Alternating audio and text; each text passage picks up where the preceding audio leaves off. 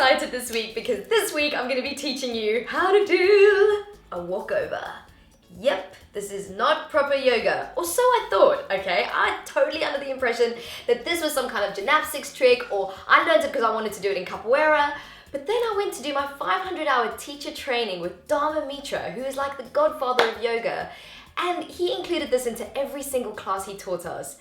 And there was a really big group of us on the teacher training, and sometimes I just used to come down and look around the room, and so many people were struggling with this. And I thought, oh my goodness, if I just had 5 minutes with these people, I'd show them what to do, how to practice it, and yes, you can definitely do this. This is actually easier than you think it is. It took me a long time to figure out the progression, and then once I realized the stepping stones that I needed to do, with a little bit of time and effort, I managed to nail it, and I want to teach you how to nail it too. So when you're ready to practice a walkover, let's go do it. So phase 1 on learning how to do a kick over is to not worry about going from full back bend, but rather take it from something lower, like a back bend but with your head on the ground. That's what I did anyway when I started learning.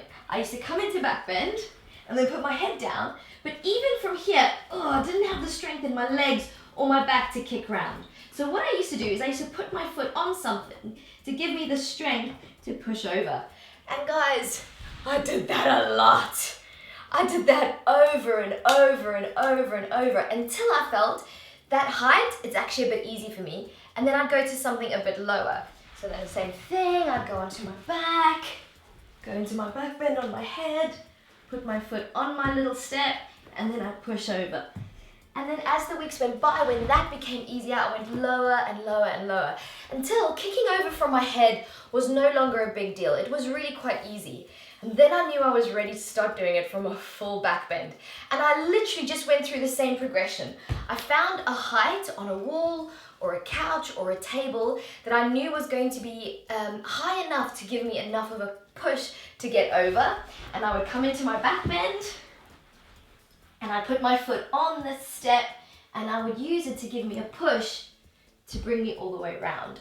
And then when that became too easy, I went down a level. I have to say though, even though I started building up my strength gradually, doing the little steps that I'm teaching you, I still found that when I eventually had my feet on the ground, kicking over was really, really hard.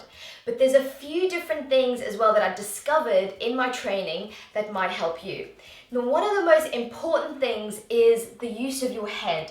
What most people do is when they're kicking over, they keep their head where it is.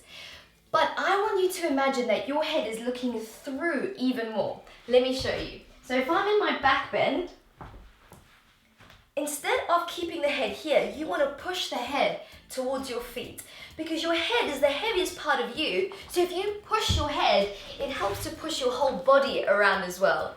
The other thing is, don't be afraid of practicing repeatedly. When you're in your back bend and your leg is in the air, don't be afraid of going 1, 2, like really give it 3, like fling that top leg with everything you've got. In fact, that top leg has got such a power, it's got such a whip, that if you're in your back bend and you start lifting the foot, bring it as close to your head as you can before you fling it round. So when you're back bend, the foot that you're gonna fling round, bring it in, and then whoosh, kick it until it brings you all the way around. And you see all there, you see how I did a little preparatory jump? Don't be afraid of doing that. You might take 10 preparatory jumps before the final one gives you enough momentum to get you around.